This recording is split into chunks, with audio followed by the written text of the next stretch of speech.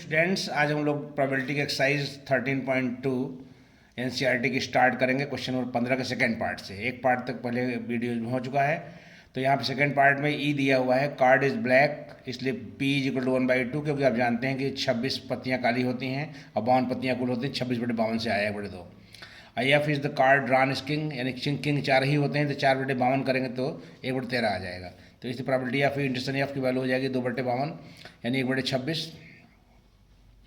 इसको तोड़ सकते हैं 1/2 इंटू 1/13 में, तो इसको पी इंटू पी एफ कर देंगे। इसका मतलब ये हुआ कि probability of E intersection F is equal to P into P F हो गया, इसलिए ई और एफ जो है इंडिपेंडेंट इवेंट्स हो जाएंगे।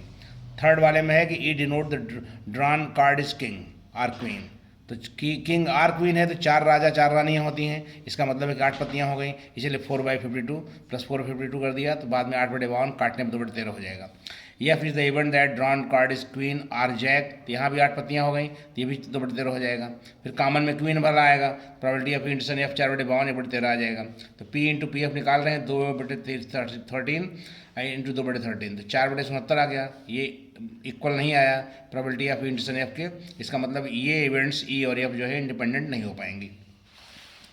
अगला क्वेश्चन है कि let E be the event that a student read Hindi newspaper. मान लिया कि ये एक ऐसी इवेंट है जिसमें कोई स्टूडेंट हिंदी का न्यूज़पेपर पढ़ता है, आई एफ ऐसी इवेंट है जिसमें कोई स्टूडेंट जो है इंग्लिश न्यूज़पेपर पढ़ता है। तो पी बराबर 60% दिया हुआ है, 60/100 3/5 हो जाएगा। पी एफ दिया हुआ है 40%, और इसने कहा है कि कॉमन यानी दोनों लैंग्वेज जो पढ़ते हैं वो लोग 20% हैं। प्रोबेबिलिटी ऑफ इंटरसेशन एफ जो है 20% यानी 20/100 जाएगा।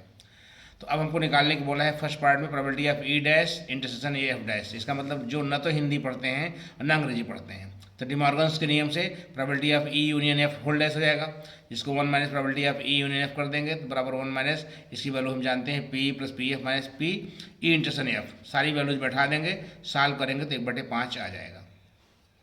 फिर हम लोग सेकेंड पार्ट करेंगे।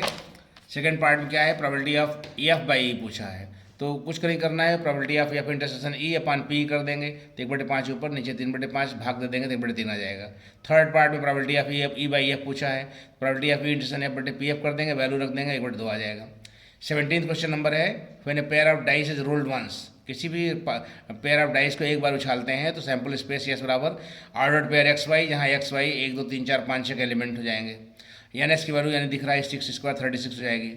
यहाँ मान लेते हैं कि let E be the event that even prime number comes, है ना, तो इसका मतलब ये होगा कि ईच डाइस पे इवन प्राइम नंबर आएगा, इसका मतलब 2 2 आएगा, तो ई में 2, 2 आ जाएगा, तो यानी कि वैल्यू 1 हो जाएगी, इसलिए पी इज इक्वल टू 1/36 हो जाएगा। इसका मतलब ये होगा कि ऑप्शन डी करेक्ट है। अगले क्वेश्चन में है कि ए और बी इंडिपेंडेंट इवेंट्स हैं, इसका मतलब है probability of A intersection B is equal to P into P भी होगा।